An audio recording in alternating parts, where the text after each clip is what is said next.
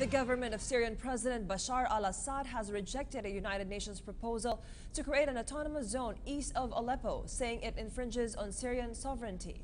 Government forces backed by Russia continued bombarding rebel-held eastern Aleppo on Sunday. Rebel fighters shelled government-controlled districts of the city, with casualties reported on both sides. VOA's Lanika Hoke has more.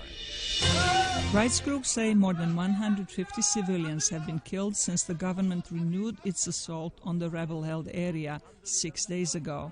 The United Nations estimates 275,000 people are trapped in the besieged enclave of eastern Aleppo.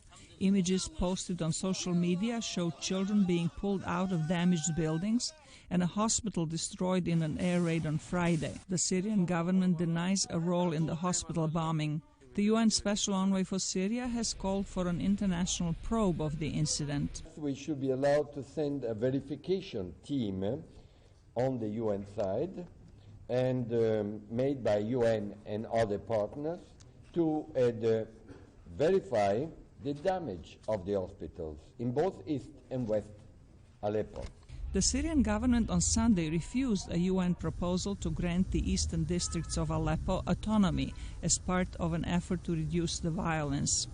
Foreign Minister Walid Muallim also said the United States and its allies in the region must stop funding armed groups that fight against the government in Syria.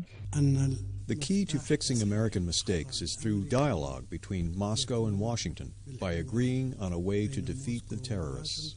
Muallim was clearly referring to the remarks made by President-elect Donald Trump during the election campaign, in which he approved of Russia helping fight Islamic State in Syria.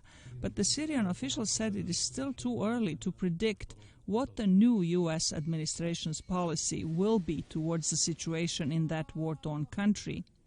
Meanwhile, a coalition of Kurdish and Arab fighters in northern Syria said it had captured a strategic hilltop village near Islamic State's de facto capital, Raqqa. The village of Tal Saman was a strategic place for Islamic State militants, but we took it back.